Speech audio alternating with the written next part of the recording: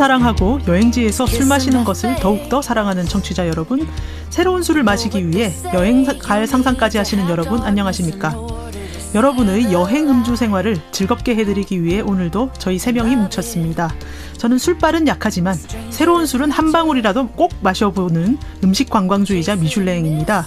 그리고 제 오른쪽에는 술 전문가로 술 강의를 하시고 술책까지 내신 한도사님, 그리고 제 왼쪽에는 술을 음미하던 예술가들을 사랑하고 페이스북과 인스타그램에서 거의 매일 그 나라의 맥주 사진을 올리시는 라스트라다님이 나와 계십니다. 한도사님 안녕하세요. 네, 안녕하세요. 한병철입니다. 어제도 술 드셨나요? 어제 안 먹었죠. 어제 방송 준비하느라고 목을 관리하느라고 술을 못 마셨습니다. 그래서 이런 오금이 나오시는군요. 네네, 냉장고에 이미 맥주가 지금 울고 있습니다. 네, 라스트라다님은 뭐 지난 며칠간 무슨 술들을 드셨나요?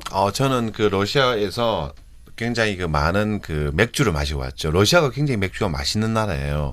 증류주도 괜찮지 않나요? 그렇죠. 우리가 흔히 러시아 하면은 대부분 이제 보드카를 많이 생각을 하시는데 실제로 보면은 제가 마셔본 그 100개국의 맥주 중에서 러시아가 맥주가 맛있는 나라 한 5위 정도에 그렇습니다. 러시아 맥주 참 맛있어요. 네. 한국에도 수입되나요? 한국에 발티카라고 하는 맥주가 수입이 되죠. 그 발티카가 1번부터 9번까지 있잖아요. 0번부터 있어요. 0번부터. 0번은 제가 본 적이 없네요. 네, 0번은 무알콜이라서 본 적이 없을 거예요. 근데 그 발티카가 어느 나라 맥주인지 아세요? 어느 나라? 네. 발티카는 러시아 맥주인데 주인은 에페스입니다. 네. 터키 맥주 에페스사가 실제 소유권자예요. 사람들이 잘 모르시더라고요. 왜냐하면 이제 지금 많은 나라 그 기업들이 이제 인수합병을 해서 하니까 예를 들어서 대우자동차가 지금 이제 우리나라 자동차가 아니고 오비 맥주가 우리나라 게 아니잖아요. 지금. 그렇죠. 네, 그런 것. 그래서 몇 년 전에 그 터키 에페스 맥주가 발티카를 사버렸어요. 이제 본격적인 술 얘기하기 전에 지난 시간에 그 프랑스 미식 여행에 얘기하다가 조금 남았는데 음식 관광을 실제로 어떻게 하면 좋을까 이 얘기를 잠시 하고 술 얘기를 하면 좋을 것 같아요. 네. 일단 뭐 어떻게 뭐 식당부터 찾아가야 되겠죠. 그러면. 그렇죠. 네. 아무 식당이나 그냥 가면 될까요? 안 되고요. 예약을 다 하고 가셔야 됩니다. 요즘에는 전 세계에서 사람들이 오기 때문에 정말 줄이 점점 더 길어지고. 그러니까 미슐랭님이 갔던 그런 파인 다이닝 그리고 좀 유명한 미슐랭 스타 레스토랑이라든지 아니면 거기 이제 유명한 맛집 리스트에 오른 집들은 반드시 예약을 하고 가야 된다는 거죠. 네네. 초콜릿집이나 마카롱집이나 이런 데는 그냥 가셔서 사시면 되는데 파인 다이닝은 한두 달 전에 반드시 예약을 하셔야 되고 월드 레스토랑 랭킹 뭐 10위 안에 든다 이러면 6달 전에 예약을 하셔야 됩니다. 그럼 어떻게 예약을 하셨어요? 네, 일단 그 가이드북과 그다음에 그 더 폴크라고 하는 그 맛집 앱이 있어요. 그다음에 구글 평점을 보시고 여러 가지 그 데이터베이스를 종합한 끝에 제일 좋아 보이는데 우선순위를 작성을 하시는 거예요. 네, 그리고 제일 위에서부터 시도를 해보시는 거예요. 한 10개 다 까일 수도 있습니다. 예약 안 될 수도 있어요. 직접 전화로 하시나요? 아니면 이메일로? 그것도 다양한데요. 첫 번째는 이제 구글에서 그 식당 이름 예를 들어서 뭐 라르페주를 치고 그다음에 리저베이션 이렇게 치고 엔터를 치면은 그 식당 홈페이지가 나오는 경우가 되게 많이 있어요. 그 식당이 홈페이지가 없는 데가 프랑스에는 좀 있는데 그런 데는 그 예약을 해주는 앱이 있어요. 예를 들어서 더 폴크 같은데요. 그런 데 들어가가지고 일단 메뉴를 보시고 가격을 한번 점검을 하세요. 보시면은 대부분 런치가 훨씬 쌉니다. 디너보다. 그래서 런치를 가시는 거를 추천을 드리는데 또 런치 시간이 2시간, 디너 시간이 2시간이고 중간에는 못 들어가요. 그래서 시간을 잘 맞추셔야 되고요. 몇 명이 갈지도 미리 다 생각을 하셔야 돼요. 그러면 그 예약 대행 앱은 수수료가 어느 정도 없어요. 공짜예요? 식당에서 받는 거죠. 네네. 그래서 거기 홈페이지나 아니면 예약 대행 앱에 들어가셔가지고 그 날짜, 시간, 인원수를 다 넣고요. 2스타 이상급이면은 신용카드 번호까지 넣으셔야 됩니다. 그래서 15분 이상 늦으면은 돈 그냥 빼갑니다. 왜냐하면 당신이 그걸 예약하는 바람에 다른 손님이 못 드셨지 않냐. 그래야죠. 정말 미식가의 길은 쉽지 않네요. 그렇죠. 그리고 이 날짜도요, 잘 맞추셔야 되는데, 일주일에 4일만 여는 곳이 많이 있고요. 그다음에 1년에 6개월만 여는 곳이 많이 있어요. 이런 걸 전부 다 계산을 하셔가지고, 날짜 맞춰갖고 넣으셔야 되고요. 예약하시면은 문자랑 전화가 옵니다. 전화는 안 오는 데도 많은데, 그리고 가기 3일 전부터 리컨펌을 또 하셔야 돼요. 옛날에 비행기 탈 때 리컨펌 했던 것처럼. 아니면은 가기 24시간 전에 또 식당에서 국제 전화가 옵니다. 다 영어로 얘기하셔야 됩니다. 그 전화를 받아야 되는 거군요. 그렇죠. 시간 맞춰서 받으셔야 돼요. 전화를 받지 않으면 취소할 수도 있습니다. 이런 또 경고가 되어 있거든요. 이거 예약하는 것 자체가 굉장한 노동이네요. 그렇죠. 그래서 사실은 한국의 청담동에 있는 모 럭셔리 여행사는 이걸 돈 받고 예약 대행을 해줍니다. 왜냐하면 영어 안 되시는 분들은 그렇죠. 네네 이게 안 되거든요. 그리고 이 메일도 다 자세히 읽어봐야 되는 게 식당마다 드레스 코드가 있어요. 아, 그렇죠. 네, 네네. 비즈니스 캐주얼, 뭐 정장, 뭐 스마트 캐주얼 이런 식으로 쫙 있거든요. 근데 저는 아직도 그런 관점에서는 저는 미식가는 스스로 아닌 것 같아요. 저는 식도락가. 그래서 뭐 굳이 영어로 따지면은 구르마? 아. 뭐 그 가스트로노미까지는 안 되고 뭐 푸디 영어 표현으로는 푸디나 뭐 구름에도 아니고 푸디 네. 정도 되는데 저는 개인적으로 예약하는 거 굉장히 귀찮아하거든요. 그렇죠. 그냥 가는 거 좋아하고 네. 그래서 제가 예약을 하는 건 딱 하나밖에 없어요. 그러니까 두 개 있네. 항공권 호텔 이거 하고 그다음에 공연은 저는 예약을 해요. 공연은 몇 개월 전부터 예약을 해서 보는데 식당은 가서 줄 서고 기다리는 게 굉장히 귀찮아하기 때문에 저 나름의 이제 전 세계 어디 가나 금방 동네 맛집을 찾는 방법이 있습니다. 비결. 뭐죠? 현지인들이 또 아는 네네. 가는 집. 알려주세요. 그게 뭐냐면은 사실은 그 트립 어드바이저를 많이 이제 보시는데 트립 어드바이저는 믿고 갔다가 정말 실패할 때가 망한 많아요. 적 한도사님도 많으실 그게 텐데. 맛없는데도 불구하고 맛 모르는 친구들이 그쵸. 막 별을 붙여서 그래요. 그리고 왜냐하면 트립 어드바이저는 그 장소에 현지인들이 후기를 안 남기고 대부분 외지인들이 가서 후기를 남기거든요. 네. 근데 제가 이제 저의 노하우를 하나 공개를 하자면은 네. 저는 이제 그 포스퀘어라는 앱이 있습니다. 네. 그거는 이제 예전에 그 위치 포스퀘어입니다. 포스퀘어. 네, 발음을. 그래서 위치 네. 저장 서비스인데 거기에 이제 데이터가 몇 년 동안 전 세계 수천만 사용자들이 위치 저장을 하면 평을 남기면서 그게 정말 그 빅데이터가 가장 신뢰를 할 수가 있어요. 그래서 저는 어디를 가든 간에 스마트폰을 딱 켜고 포스퀘어 앱을 딱 켠 다음에 내 반경 멀리 가기도 귀찮으니까 내 반경 500m에 딱 하면은 바로 별점부터 평가가 쫙 다 떠요. 그래서 거기서 가보면은 가격도 괜찮고 맛도 좋고 실패한 적이 거의 없어요. 저는 그 앱을 굉장히 많이 이용을 하죠. 저는 한 번도 안 써봤고 주변에서 네. 쓰시는 분들도 못 봤는데. 저밖에 없어요. 그래서 저만의 그 노하우였습니다. 포스퀘어 방법은 굉장히 특이한 방법이네요. 그래서 실패한 적이 거의 없어요. 그거를 그리고 저는 검증을 네. 그 제가 포스퀘어를 2012년부터 10년부터 쓰기 시작했고 이 방법을 한 2012년부터 쓰기 시작했는데 그 포스퀘어를 믿고 가면은 열의 9은 항상 가격, 맛 모든 것들이 만족스러웠어요. 저는 구글 맵에 나오는 평점도 많이 평점. 참고하는 편이고요. 그렇죠. 네. 그리고 각 나라마다 또 그 가이드북이 따로 있어요. 네, 그렇죠. 네네. 네. 그래서 프랑스에서 나온 미슐랭이 요즘에는 아시아 4개의 나라와 서유럽의 국가들을 대부분 커버하고 있고, 네, 네. 그다음에 영국에서 나온 더 월드 베스트 레스토랑 50 뭐 이런 사이트가 있는데 전 세계 100대 레스토랑을 순위를 매겨줘요. 그렇죠. 이거는 굉장히 미슐랭에 비하면 굉장히 트렌디하고 핫한 창조력을 좀 높게 쳐가지고 재미있는 요리들이 많기 때문에 저는 미슐랭하고 이 월드 레스토랑 랭킹을 섞어가지고 제일 순위가 높은 데부터 이렇게 그러니까 우선순위로. 주로 두 분은 검색을 통해서 저는 이제 네, 검색보다도 구글에서 구글맵에서 그걸 했을 때 이제 그 장점은 내 주위에 있는 것도 보여주지만은 거기는 솔팅 기능이 없어요. 그래서 구글도 요즘에 있습니다. 그래서 네. 가격별 그다음에 뭐 어떤 종류인지 음식별 그다음에 가격별 거리별 있는 소팅이 없는데 포스퀘어는 있어요. 네. 포스퀘어는 그게 굉장히 잘 돼 있고 네. 사실은 이제 우리가 이렇게 너무 또 깊게 이야기를 들어가지만 대부분 일반 청취자들은 미슐랭 가이드북이 2개라는 것도 사실 잘 모르세요. 그렇죠. 그린 가이드북과 레드 거의 가이드북 대부분의 있죠. 일반인들은 미슐랭 가이드북이라는 게 이제 요즘 하도 이제 우리나라에서 미슐랭 하니까 알지만은 그린이 있고 레드가 있다는 게 모르시고 이게 미쉐린 타이어라는 거 모르는 분들 그것도 몰라요. 네. 그래서 원래 미슐랭 가이드의 역사는 그 미슐린 타이어 거기서 그렇죠. 이제 만든 가이드북이죠. 그래서 그렇죠. 이제 1900년에 시작된. 그렇죠. 네. 그래서 그 이제 프랑스를 여행하는 사람들을 위해서 프랑스 지방에 숙소하고 식당하고 실었는데 아까 말씀드린 것처럼 프랑스 사람들이 워낙 맥도날드도 프랑스가 맛있어져요. 그러다 보니까 이 사람들이 워낙 맛없는 걸 용서를 못하니까 이 사람들은 다른 거는 오래 기다리는 거 용서하더라도 맛없으면 용서를 그렇죠. 못하는 사람들이다 보니까 지방에 맛있는 식당을 실었어요. 그러다 보니까 그 식당만 따로 한 게 미슐랭 우리가 지금 말하는 이제 미슐랭 가이드북이죠. 그래서 사실은 우리나라에 처음에 2012년도쯤에 미슐랭 가이드에 등재됐다 해서 10개 식당이 서울에 나왔습니다. 그린 가이드북이었죠. 그게 그렇죠. 서울 여행 가이드북에 실린 식당이었죠. 거기 실리는 것만 하더라도 사실은 이제 그 사람들이 다 어느 정도 검증을 그렇죠. 끝내고 간 집. 그래서 그때 유명해진 집이 동대문에 이제 진옥화 닭 한 마리였거든요. 그래서 우리나라 사람들 굉장히 놀랐죠. 그런 식당이 있었구나. 그게 미슐랭이 실렸구나. 근데 그때 많은 사람들이 착각을 한 게 그거를 레드에 실렸다고 생각을 한 거예요. 그렇죠. 네. 근데 레드는 얼마 전에 작년이었나요? 그렇죠. 작년에 나왔죠. 작년에 12월에. 이제 그래서 예. 이제 정식으로 우리나라에도 레드가 나오면서 거기에 이제 미슐랭 스타 레스토랑과 그 아래 이제 가성비 좋은 빅구르망 식당들이 이제 등재가 된 거죠. 네.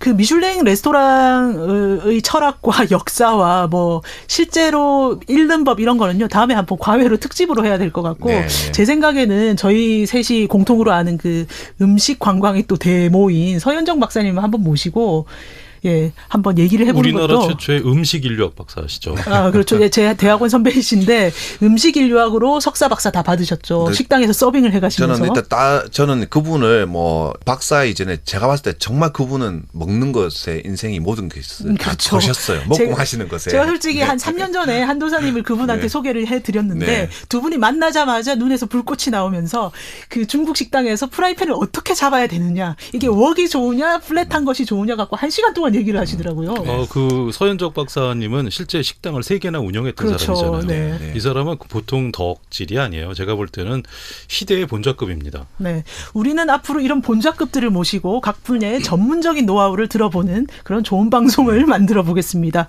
깨알같이 홍보를 좀 했고요. 이제 프랑스의 술 얘기를 해봐야 될 텐데. 그렇죠. 네. 음식 하면은 말씀드린 것처럼 프랑스의 지금까지 식에 대해서 이야기를 했다고 하면은 프랑스의 음에 대해서 이야기를 해야 되는 거죠. 예, 사실 저희 첫 번째 음식 스승이셨던 그 그레이스 리 선생님께서 매일 하는 말씀이 계셨어요. 술이 음식을 부른다. 그렇죠. 술이 음식을 부르게 하는 것이 훌륭한 셰프이다. 그렇죠. 네네네. 또 음식이 술을 부르죠. 그렇죠. 네. 그 상승 작용에 빠져들면 헤어날 수가 없는 거죠. 그게 우리도 인생의 그걸 쾌락이죠. 경험적으로 알고 있잖아요. 셀라비. 네. 가령 삼겹살을 먹을 때 거기에 소주가 땡기지 않는 사람은 별로 없을 거예요. 한국 사람이라면. 네. 그다음에 우리가 전을 보면 막걸리를 떠올리죠. 네. 그러니까 음식에 따라서 여기에 어울리는 술은 분명히 있는 것 같아요. 프랑스에서는 그걸 좀 더 와인에 특화시켜서 마리아주, 메리지, 마리아주. 결혼이라고 그렇죠. 영어로 얘기하잖아요. 메리지죠. 그러니까 우리는 궁합이죠. 네네. 네, 말 그대로. 네. 궁합 딱 맞는 말이에요. 딱 맞는 말입니다. 네. 그래서 이 음식에는 어떤 와인이 적합하냐 이런 거를 컨설팅을 해주잖아요. 특히 그렇죠. 웨이터들이 그런 걸 많이 하죠. 그렇죠. 네. 그러면 이제 프랑스의 술에는 어떤 종류가 있는지 좀 알아봐야 될 것 같은데, 뭐 제가 아는 거는 와인, 샴페인, 압상트, 뭐 그 정도예요. 한도사님이 프랑스는 한번, 일단 와인의 메카죠. 네. 지구상에서 와인으로 가장 유명한 나라 그러면 프랑스를 거부할 사람은 없다고 저는 생각해요. 와인의 시스템과 뭐 그런 거를 그러니까 또 현대 정립한 모든 데가. 와인을 얘들이 가장 현대화하고 가장 잘 만든 나라인데 프랑스라고 하는 나라 지정학적 위치가 와인 만들기에 사실 적합해요. 잘 아시겠지만 와인 포도는 우리나라에서 안 되잖아요. 한국에서는. 왜? 와인이 한참 자라야 될 여름에 우리는 장마가 끼어서 비가 와요. 근데 와인 포도는 생육되는 것이 한참 자랄 때 건조해야 됩니다. 땡볕에서 그 수분은 다 날아가고 그렇죠. 그 달달한 액기스만 그렇죠. 나와요. 근데 지중해 네. 연안은 여름이 건기잖아요. 그렇죠. 겨울이 우기죠. 네. 그러니까 그 프랑스에 있던 와인 포도를 우리나라에 갖고 오면 얘들이 제대로 자라지를 못해요. 근데 어쨌든 프랑스는 와인 만들기에 매우 적합한 토양을 가지고 있다. 현지 말로 때루아가 좋다는 거죠. 가장 때루아가 좋은 건 저는 이태리라고 사실은 믿어요. 그래서 제가 론 와인을 좋아하는 이유도 론 와인 쪽 론이 이태리에 그러니까 프랑스의 가깝잖아요. 론강 주변에 있는 그렇죠, 유역을 그렇죠. 얘기하시는 거예요. 예. 론 쪽이 이태리에 가까워서 론 와인의 특성이 어딘가 이태리 와인과 흡사한 부분이 조금 있거든요. 어쨌든 저는 프랑스보다는 이태리를 아니 좋아합니다만 그러면은 이 얘기를 한번 해보시죠. 스페인, 프랑스, 이태리 와인 맛이 어떻게 다른가요? 제가 경험적으로 느끼는 거는 이태리 와인은 마시고 있으면 입안에서 태양이 터지는 것 같은 느낌이에요. 아름다운 표현입니다. 문학소년 한두사님. 오솔레미오. 네. 태양이 뭐 입속에서 막 폭발을 해요. 네. 입자가 막 터지는 느낌이 들어요. 기분이 막 좋아지고 업이 돼요. 근데 스페인 와인은 마시고 있으면은 뭐라 그럴까 사람이 약간 다운되는 느낌이 약간은 있어요. 저는 그냥 물론 제가 스페인 와인을 다 먹어본 사람은 물론 아니지만, 네. 근데 프랑스 와인은 마시고 있으면 내가 되게 우아해지고 있구나 하는 생각이 듭니다. 굉장히 섬세하고. 네, 네네. 프랑스 와인 정말 섬세해요. 맛도 정말 퀄리티도 잘 맞췄고요. 하여튼 프랑스가 와인에서 가장 유명한 국가라는 데는 아무도 부정을 못하겠죠. 네네. 그래서 프랑스 와인에 대해서 대충 우리가 얘기를 해보자면 프랑스 와인의 전문가가 워낙 많아서 제가 간단히 네. 누구나 아는 말씀만 드릴게요. 네. 대부분 유명한 거 보르도 와인 잘 아시죠? 보르도가 유명하고요. 부르고뉴 유명하고요. 네. 알사스, 르와르, 론, 쌍파뉴, 랑구동, 루시옹 이런 지역들이 되게 유명합니다. 네. 부르고뉴 와인은 뭘로 유명하냐 하면 바로 우리가 잘 아는 거 있죠. 보졸레 누보. 그쪽에서 나오죠. 사실 저는 되게 맛없다고 생각하는데 한국에서는 엄청 유명해졌어요. 그러니까 그게 햇 와인이잖아요. 숙성을 그렇죠. 하지 않은. 누보, 예. 새로 난 햇와인. 예. 이게 게리모 때문이죠.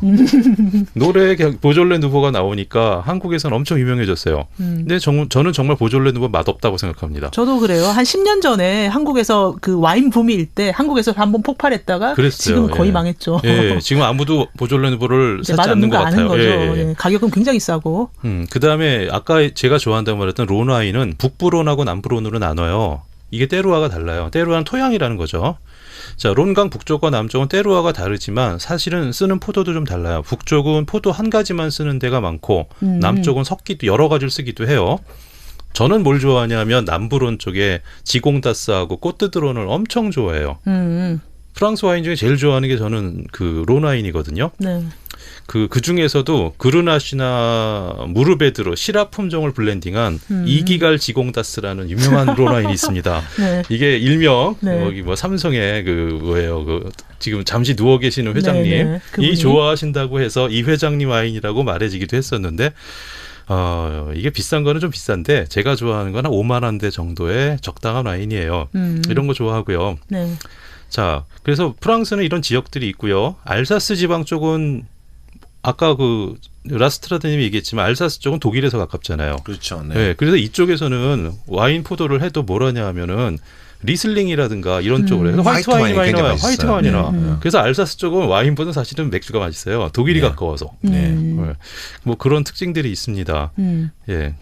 그리고 와인 등급에 대해서는 그게 여러분들이 되게 아시면 궁금해요. 좋죠. 예, 한번 이게 되새김을 프랑스 해주세요. 와인하고 이태리 와인의 등급을 표시하는 기준이 좀 다르죠. 네. 프랑스는 다르죠. AOC, 네네. AOC. 그다음에 이태리는 DOCC. 예. 예, 그렇게 두 가지로 나게 하는데 그 설명 좀 해주세요. 네, 와인 등급은 프랑스에서는 크게 네 가지로 나눠요. 아래서부터 얘기하면 뱅드 따블이라는 게 있어요. 뱅드 따블.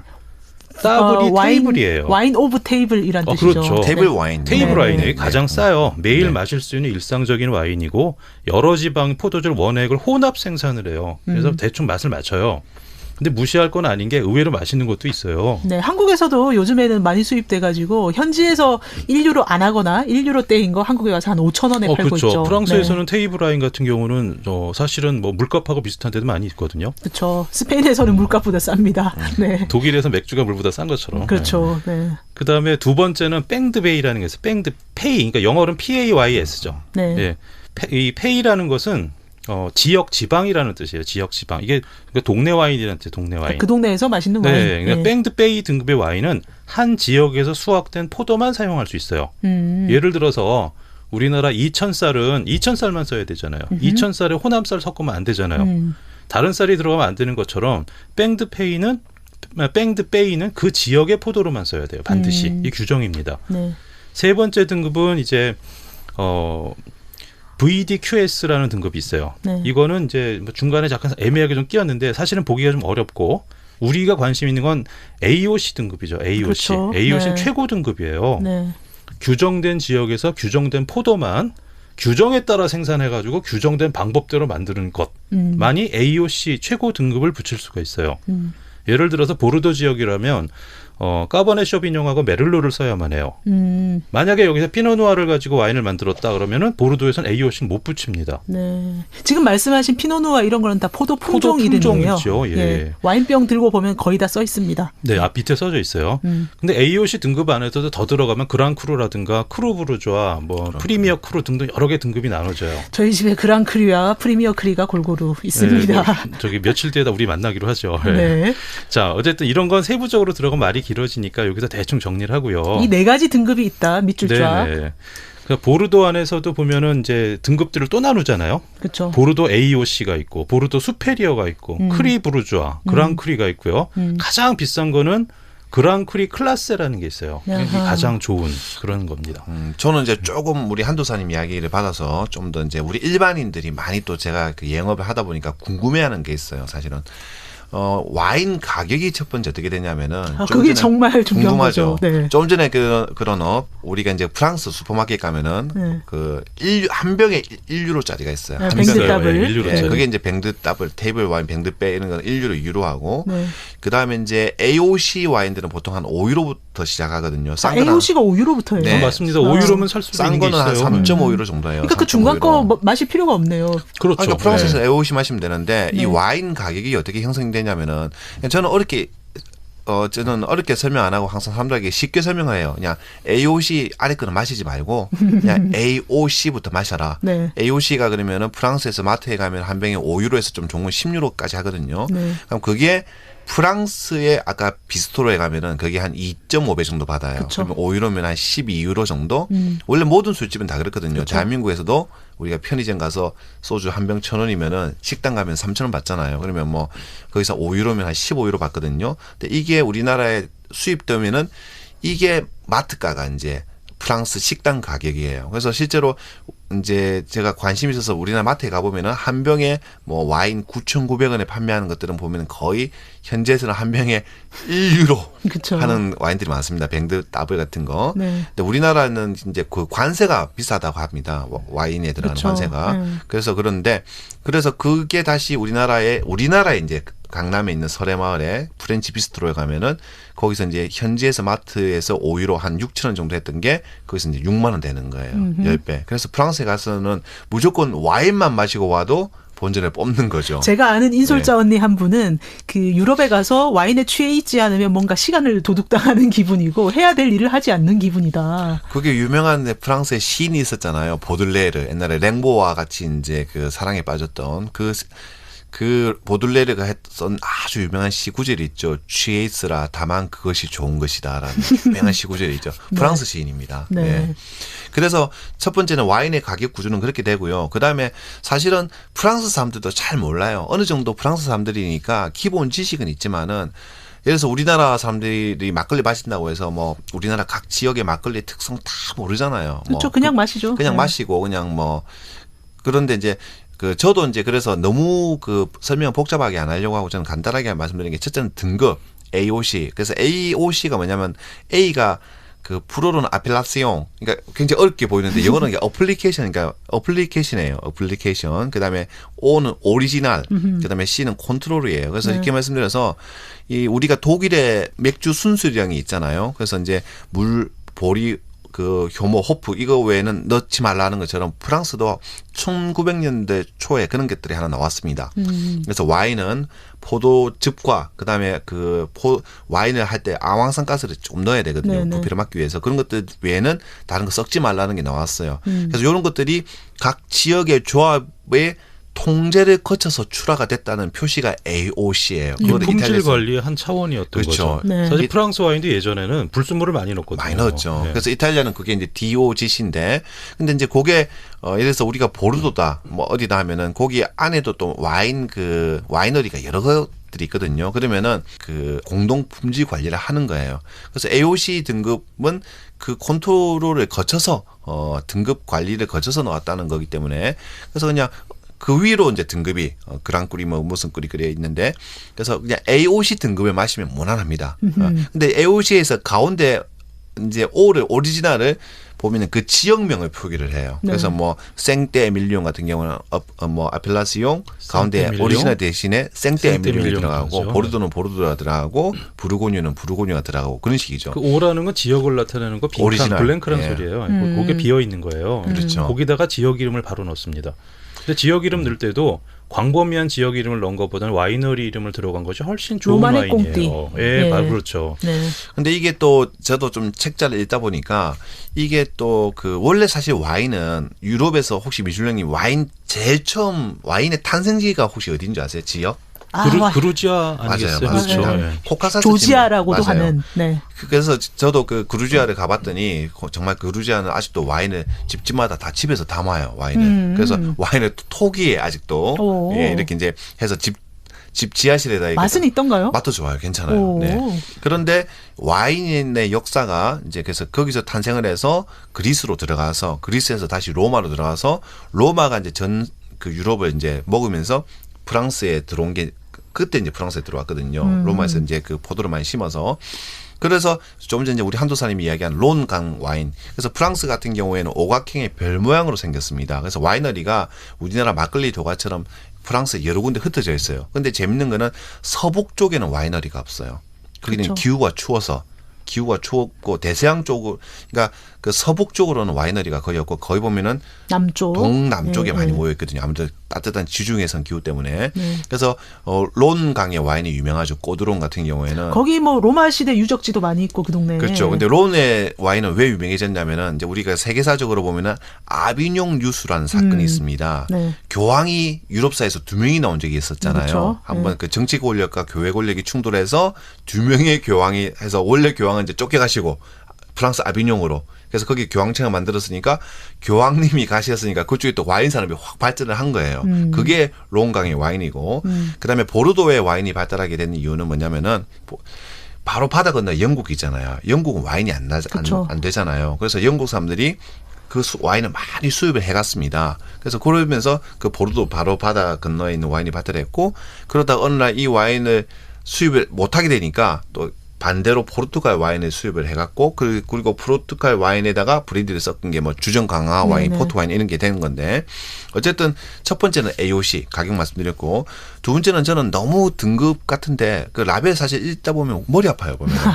그래서 네. 항상 제가 주장하는 거는 공부를 해가면서 참 아는 건 참 재밌어요. 요즘 참 좋은 게 뭐냐면은 스마트폰 앱 중에 제가 쓰는 앱이 있거든요. 저는 비비노 씁니다. 맞아요. 그래서 네. 그거 딱 이제 요즘은 좋은 게 앱을 딱 켜고 와인 라벨을 딱 찍으면 바로 딱 등급 사이트에 연결되면서 평가가 쫙 나오고 그렇죠. 별점이 다 그렇죠. 나와요. 그리고 이게 전 세계에서 몇 퍼센트 네. 등급 안에 드는가 이런 것도 나오고 그렇죠. 사람들이 뭐 이거는 미네랄이 풍부하고 산미가 어쩌고 탄닌하고 다 막 써놨어요. 플레이버. 어떤 음식에 네. 어울리고까지 다 나오는. 그리고 가격도 나옵니다. 그래서 가격도 제가 나오죠. 미슐랭 스타 레스토랑에서 손님들하고 이제 같이 먹는데 손님 중에 와인 스쿨 나온 분이 계셨어요. 네, 네. 그래서 그러니까 와인 페어링이라는 걸 하는데 미슐랭 스타 레스토랑에서 한 22코스 나오는 거를 먹는데 네. 한 7, 22코스. 8잔이 네. 나왔나? 네. 예, 그거를 다 이 손님이 비비노 딱 찍어가지고 본 거예요. 근데 네, 깜짝 놀란 게 와인 가격이 다 10,000원, 20,000원짜리 이런 게 나온 거예요. 그렇죠. 네, 네. 근데 그게 그 음식하고 섞이니까 너무너무 맛있는 거예요. 그렇죠. 저는 제 인생에서 정말 와인이 정말 이렇게 맛있는 거였구나라는 느낀 순간이 깨달은 순간이 몇 번 있었거든요. 사실 저도만 하더라도 뭐 어릴 때 우리나라는 그 포도주가 있었잖아요. 진로 포도주. 2,000몇 지금도 팔죠. 소주병에 담겨서 파는 네, 정말 그게 먹을 제 수가 인생의 없습니다. 최초의 와인이었고 네. 그다음에 엄마표 포도주 있었잖아요. 엄마가 이렇게 항아리에다가 포도에다 설탕 항아리 먹고 설탕 넣고 나면은 만드는. 친구들하고 이제 제가 집에 어릴 때 와서 그런 거 먹고 나서 술을 안 먹었죠. 먹고 나면 다음날 머리 금욕적인. 깨지고 네, 그래서 네. 이제 와 포도주는 이런 술이구나 했는데 제가 첫 번째 포도주에 대해서 와인에 대해서 이제 눈을 뜬 게 남아공 스텔렌보시 와인을 해서 눈을 떴고 두 번째는 이제 그 스페인에서 안달루시아에서 하우스 와인인데 너무 맛있는 거예요. 저도 그런 체험 있습니다. 예.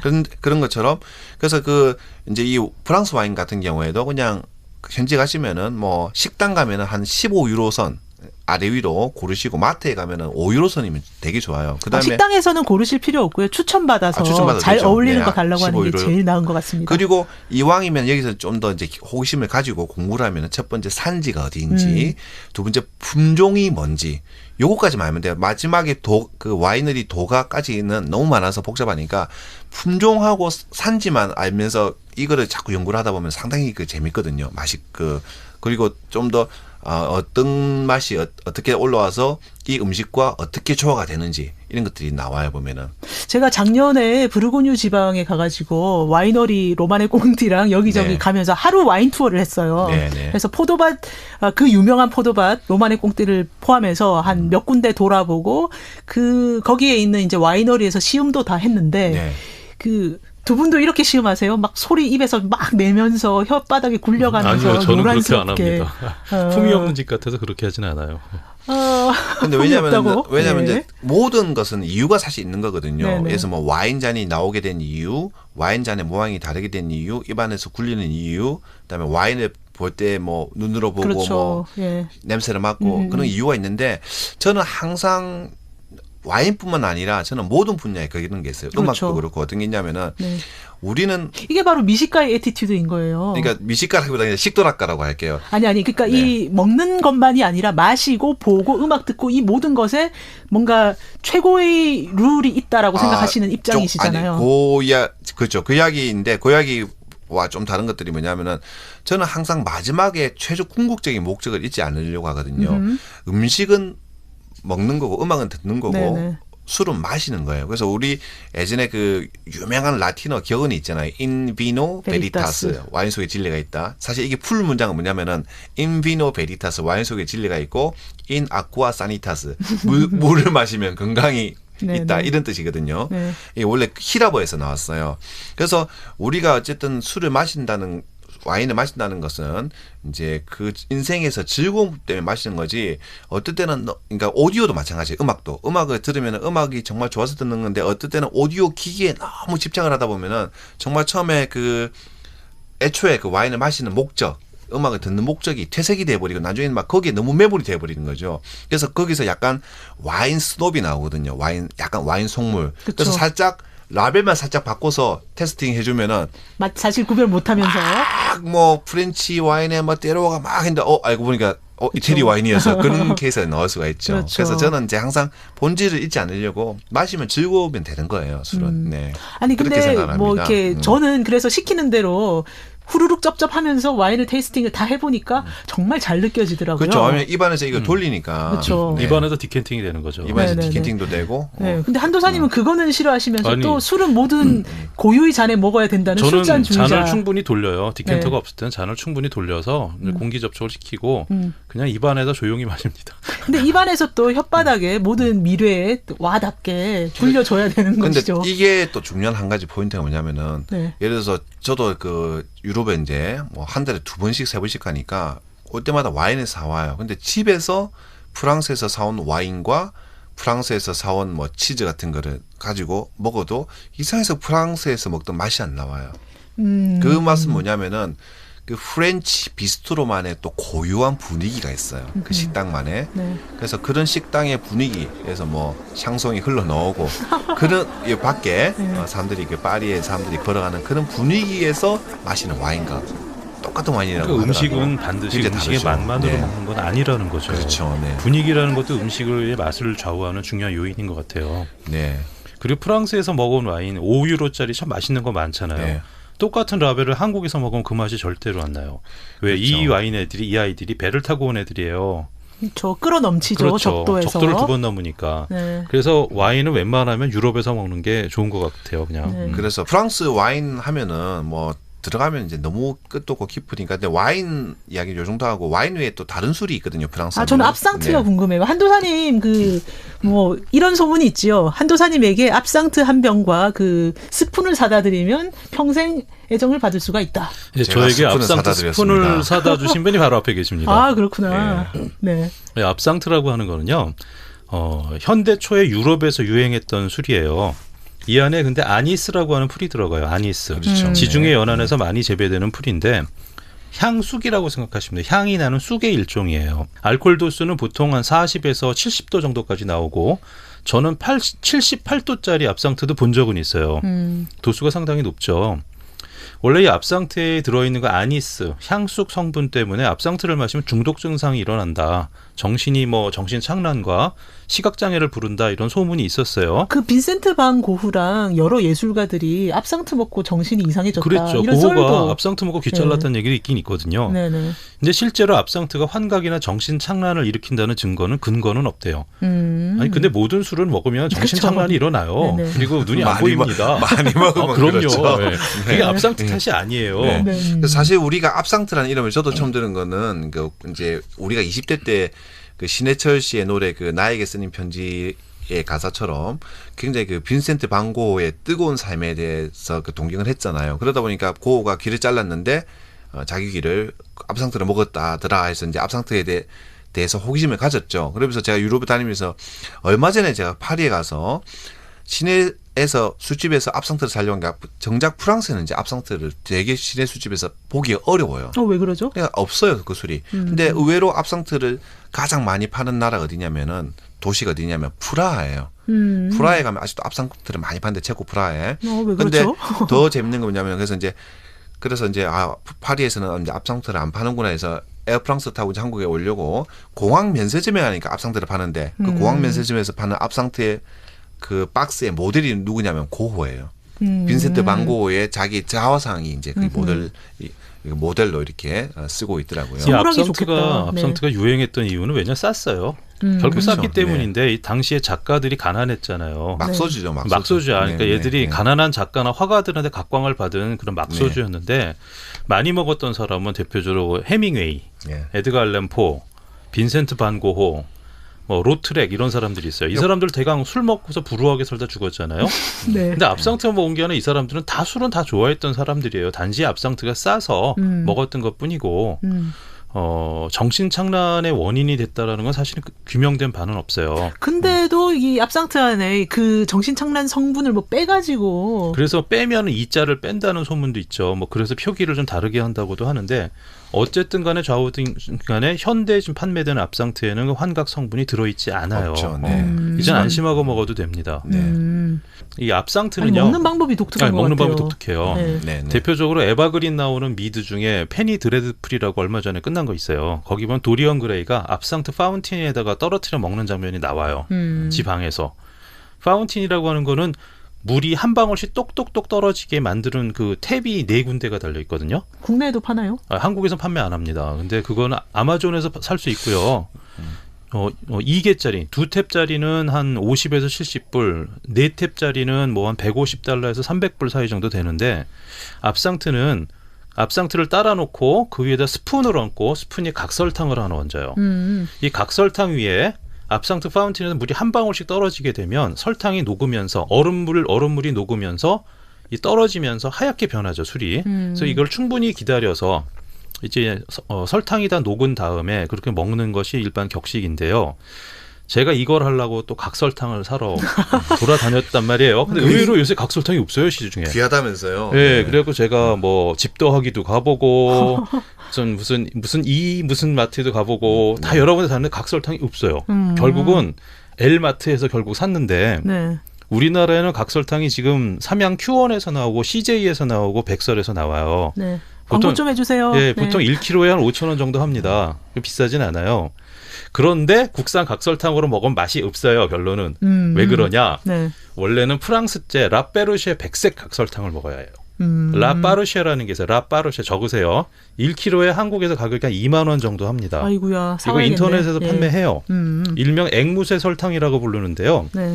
이게 되게 오래된 설탕이에요. 19세기부터 만들었고 프랑스 식민지였던 레위니옹 아시죠? 아프리카 마다가스카르 동쪽 600km에 있는 섬 있죠. 그렇죠. 지금 메인 부대 같이 있는 섬. 그 레위니옹에서 생산된 사탕수수 100%로 만드는 건데 굉장히 독창적인 방법으로 추출을 해요. 그래서 설탕이 사각 각설탕이 아니고 비정형적 결정으로 나와요. 그래서 이거를 위에다가 올려놓고 압상트를 먹으면 그 맛이 굉장히 고급지고 섬세해져요. 다음에 우리 프랑스 편 다 끝나고 나면 뭔가 번개를 해야 될 것 같은. 뭐 그런 것 같죠. 그러니까 어차피 비싼 압상트를 드시는 건데 라파르쉐 각설탕을 사서 드시고요. 제 국산 각설탕으로 해서 먹어봤는데 그 맛이 안 나요. 맛이 없었어요. 그다음에 라파르쉐가 브라운하고 화이트 2개가 나오는데 꼭 화이트를 쓰세요. 다음에 브라운은 맛이 안 됩니다. 추진하는 걸로 함께 그렇죠. 마셔보아요.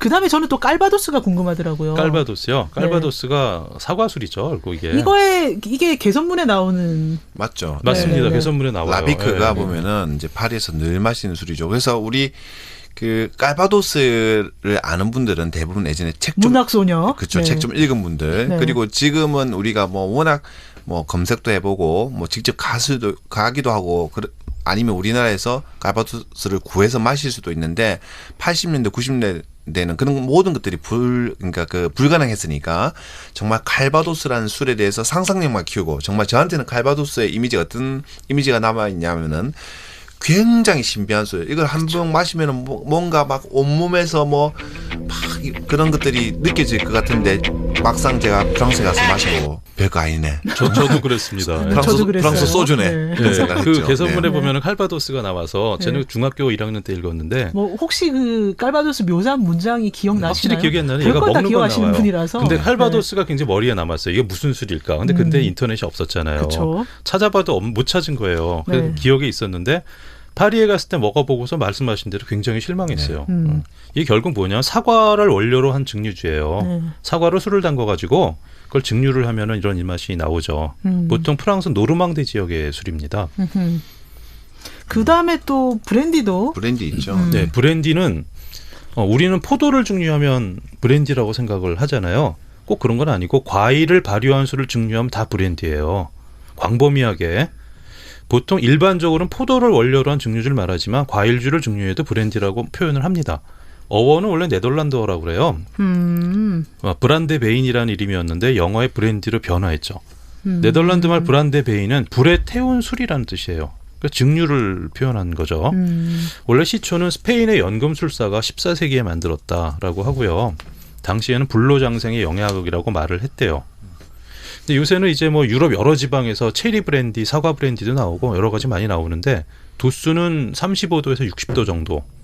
서양에서는 식후주로 많이 먹죠. 식후주로 그렇죠. 먹죠. 식후주로 네. 먹어요. 왜? 소화술로. 네, 네. 왜냐면 달콤하거든요, 이 맛이. 그다음에 그 과육을 쓰지 않고 과일의 껍질이나 앞차후의 찌꺼기를 이용한 증류주. 이것도 넓은 의미의 브랜디에 속해요. 어쨌든 저는 예전에 셜록 홈즈 책 읽으면 홈즈가 계속 브랜디 마시고 영국 사람들이 뭔가 놀래고 나면 뭐 브랜디 또 마시고. 그것도 이제 역사가 또 이유가 있죠. 네. 말씀드린 것처럼 그 아까 그 론강에서 와인이 산업이 발달하게 된 게 아비뇽 유수 때 교황청이 옮겨오면서 발달했고 보르도 지방에 와인 산업이 발달한 거는 프랑스 수요도 있었지만은 바다 건너 영국 수출용으로 보르도에서 와인 산업이 일어났거든요. 크게. 역시 마찬가지예요. 자, 이 포도주의 가장 큰 문제점은 발효주잖아요. 막걸리도 그렇고 발효주의 가장 큰 문제점은 먹고 나면 머리가 아프다. 이동할 때 무겁고 첫째는 그다음에 그렇죠. 쉽게 상하는 거죠. 보관을 할 때 보관하기 어렵고 그러다 보니까 이거를 그래서 이제 증류하는 기술이 나와서 영국은 옛날 해군이었잖아요. 네네. 해군들이 재밌는 게 뭐냐면은 프랑스 육군이 러시아를 쳐들어갔을 때 그때 와인을 엄청나게 들고 왔어요. 프랑스 육군들은. 네. 근데 영국 해군들은 이 배에 안 싣고 그래서 증류를 해서 브랜디를 마시기 시작했던 거죠. 그래서 이제 영국 해군의 역사와 브랜디의 역사가 또 밀접한 관련이 있습니다. 럼주와 같이. 그 영국 해군은 보통 그 항해할 때 물이 상하기 때문에 물에다 그렇죠. 술을 탑니다. 네. 그 럼주나 브랜디를 타는데 그 술을 보통 술 1에 물을 한 5배 정도로 희석을 해요. 그럼 도수가 굉장히 떨어지겠죠. 술 약한 사람은 하루 종일 취해 있겠네요. 그래도 도수가 5, 6도는 됩니다. 맥주보다 그렇죠. 독해요. 근데 네. 이거를 물통에 넣고서 먹으면 물이 덜 상한단 말이에요. 이 술을 그로구주라고 했어요. 그래서 그래- 그로기. 네, 그래서 그로기란 맞아요, 말이 여기서 맞아요. 나와요. 네, 네. 네. 그 영국 해군들은 밤낮으로 취해 있었던 거예요. 그렇죠. 그래서 항상 이렇게 해롱해롱하고 그로기 있는 상태. 취한 상태이기 때문에 네. 그로기 상태란 네. 말이 거기서 바로 단어가 나와요. 그래서 우리가 프랑스 이제 지도로 보면은 정말 딱 오각형 별처럼 생겼거든요. 약간 그 바닷가에서 잡히는 생선 뭐라고 불가사리? 불가사리를 약간 튀긴 것처럼 생선이 아니죠. 그 불가사리는 어쨌든 오각형 별처럼 생겼는데 연체동물.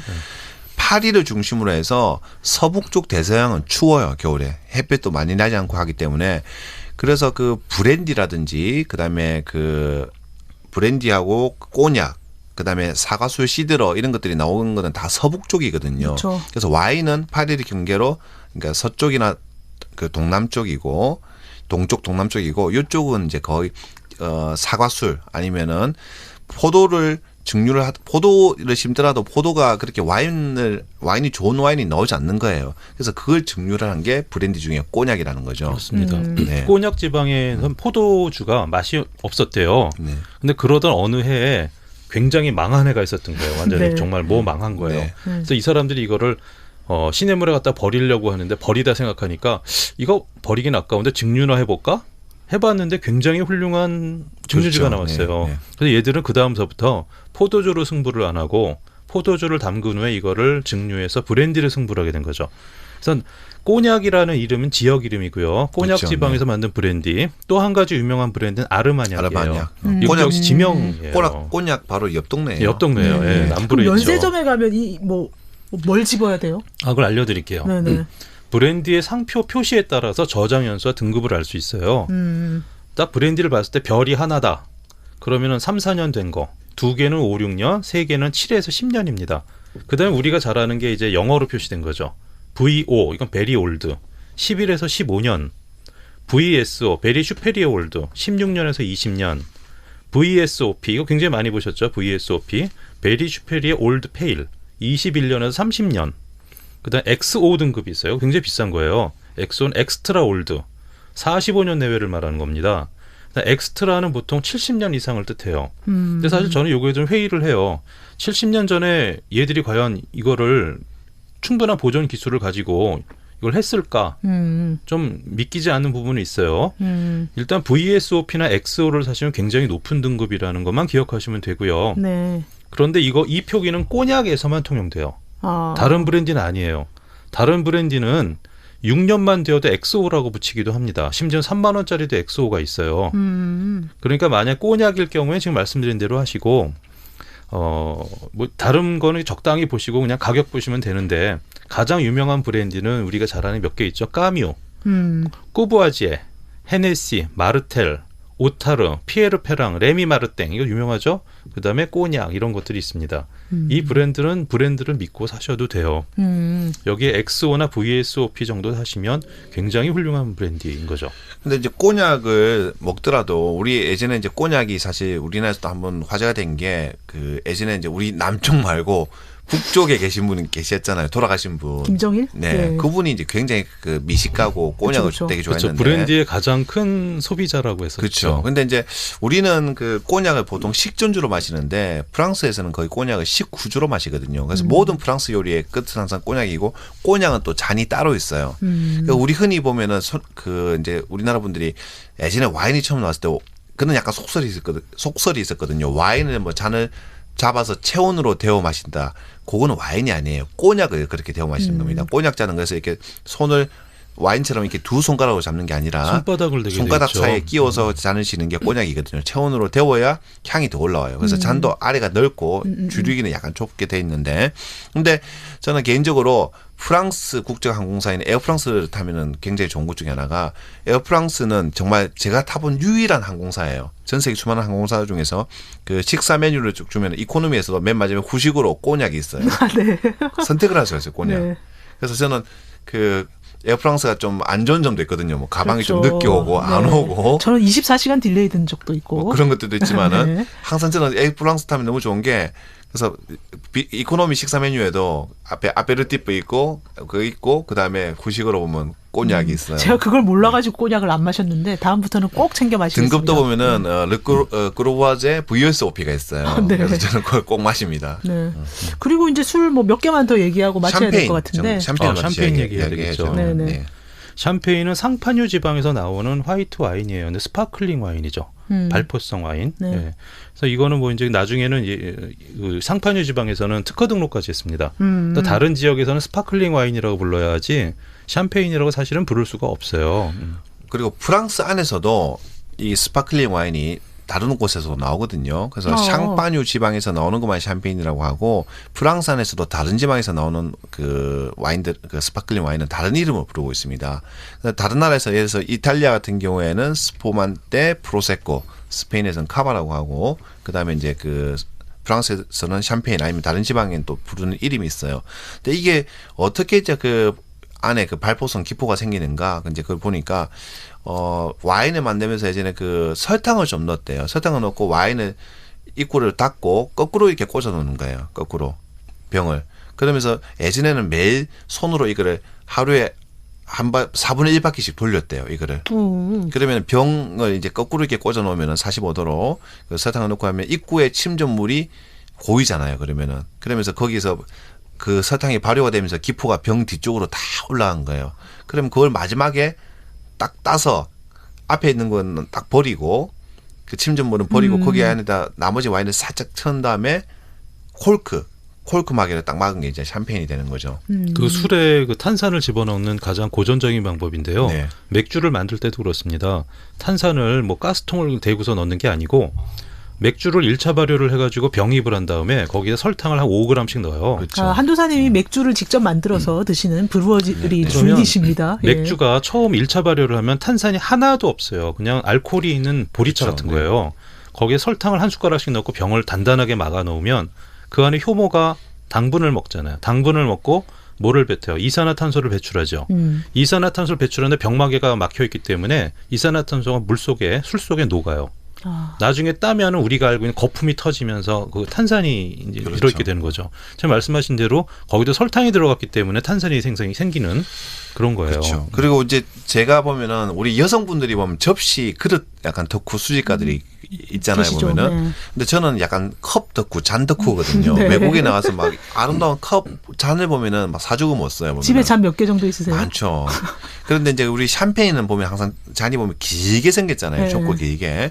그것도 다 이유가 있어요. 사실은 우리가 모든 술 뭐 아쉬우면은 뭐 에스프레소도 집에 컵이 없으면 뭐 밥그릇에 에스프레소 그렇죠. 따라 마실 수도 있거든요. 근데 네. 모든 컵이 나온 이유가 가장 맛있게 그렇죠. 먹기 위해서 나오는데 샴페인 같은 경우에는 딱 따르면 기포가 뽀글뽀글 올라오잖아요. 네. 그 기포를 보고 즐기라고. 만약 이 와인잔이 넓으면 어떻게 되겠어요? 기포가 잘 안 보이죠. 안 보이고 안 보이죠. 올라오잖아요. 그래서 잔이 좁고 기니까 기포가 쫙 올라오면서 위에 기포로 이제 거품을 살짝 만드는 그것 때문에 이제 잔이 그렇죠. 길거든요. 저거 제가 항상 주장하는 거지만 모든 술은 전용잔에 먹어야 한다. 그래서 보르도 와인은 보르도 와인 잔이 있고 부르고뉴는 부르고뉴 네. 잔이 다르잖아요. 그렇죠. 네. 위스키도 마찬가지고요. 네. 보르도하고 부르고뉴는 병도 달라요. 와인 그렇죠. 병이 다르죠. 보르도는 네. 아래 벽이 또 이게 뚱뚱하거든요. 어깨가 굳어 있고. 풍만하죠. 왜냐하면 침전물이 많아가지고. 네, 네. 네. 그러면 이제 술 뭐 간단히만 한 몇 개 얘기하시고 끝내야 될 것 같아요. 자, 그 밖에 이제 그 사람들이 잘 모르시는 술들이 몇 개 더 있는데 쿠엥트로라는 술이 있어요. 네. 이거 오렌지 껍질로 만든 리커인데 네. 트리플색이라는 술의 프리미엄 브랜드예요. 오렌지 껍질이 들어가니까 뭐 좀 맛이 약간 상큼하겠죠. 네. 이건 40도 정도 되고요. 이거는 보통 서양 요리 정찬에서 식욕 증진을 위해서 아페르티프 때 먹어요. 근데 트리플색이라는 것도 역시 오렌지 향이 나는 증류주인데 달달해요. 이거는 보통 달달하면 이제 식후에 마시면 되겠네요. 그렇죠. 그렇게 먹을 수. 그래서 항상 다이제스티프로 먹어요. 네네. 소화술. 색깔은 없고요. 네. 예. 이런 술들이 좀 있고 네. 파스티스라는 술이 있어요. 파스티스. 이게 식전주인데요. 네. 아니스 향이 나요. 네. 알코올 도수는 보통 40에서 45도 정도. 네. 역시 물에 희석을 해서 먹습니다. 압상트랑 비슷하죠. 뭐 이런 술들이 지금 있고요. 그러니까 프랑스에 가시면 와인만 드실 게 아니고 증류도 종류가 많으니까 그런 걸 찾아 드시는 것도 상당히 재미있는 것이 될 것 같아요. 다음에는 이런 술들을 한번 다 마셔보는 번개를 해보면 어떨까. 그거 좋죠. 네, 그리고 공부를, 예. 프랑스는 또 맥주도 맛있어요. 아하. 프랑스 맥주 상당히 괜찮습니다. 네. 프랑스는 가면은 맥주도 그러니까 프랑스 맥주도 있지만은 벨기에 맥주가 바로 들어오죠. 동네라서 예. 많이 네. 들어오거든요. 네. 근데 네. 이제 마지막으로 제가 한 말씀을 더 드리고 싶은 거는 프랑스에 살고 계시는 분들이나 프랑스에 장기 유학을 갔다 오신 분들이 많으세요. 장기 체류를 갔다 오신 그렇죠. 분들이. 그래서 말씀을 오늘 이제 우리가 말한 것들 중에 간혹 팩트가 좀 어긋난 것도 있을 텐데 저희들은 여행자의 입장으로서 말씀을 드렸고 그다음에 정말 이런 지식들도 중요하지만은 제가 늘 잊지 말려고 하는 것들은 가서 우리가 먹고 마시고 제일 중요한 건 즐기는 거예요. 그렇죠. 너무 막 이것을 공부하고 알면 즐겁지만은 몰라도 크게 상관은 없어요. 술은 먹고 마시면 취하는 거고 너무 많이 취하지만 않으면 되는 거니까. 그래서 편안하게 즐기는 시간이 네, 됐으면 동감이에요. 좋겠습니다. 네. 여행을 할 때 너무 공부해서 원칙대로 먹고 마시고 즐기려고 하면 네. 자기가 스스로 자기 자신에게 꼰대질을 하는 거거든요. 오. 그렇죠. 그러니까 자기 스스로 꼰대질을 하지 말고 그냥 즐기시면 될 것 같아요. 네, 그러면 이제 이번 방송 잘 들으셨을 것 같고요. 여기서 뭐 아까 말씀하신 대로 틀린 팩트가 있다거나 아니면 뭐 더 알고 싶다거나 의견이 있으시면 어떻게 해야 될까요? 네, 게시판에 역시 남겨주시면 게시판. 네. 저희가 검색해보고 정정하고 또 사과도 드리고 또 저희도 많이 공부가 될 것 같습니다. 게시판과 페이스북에 댓글 많이 남겨주세요. 예, 그리고 다음번에는 이런 걸 더 얘기해 주세요. 뭐 과외를 해 주세요. 이런 요청도 올려주시면 좋습니다. 예, 그럼 오늘도 청취해 주신 여러분께 감사드리고요. 여러분의 반응을 모아서 다음번에 더욱 알차게 찾아뵙겠습니다. Kissing my face. You know what they say, you need to have darkness in order to see the light.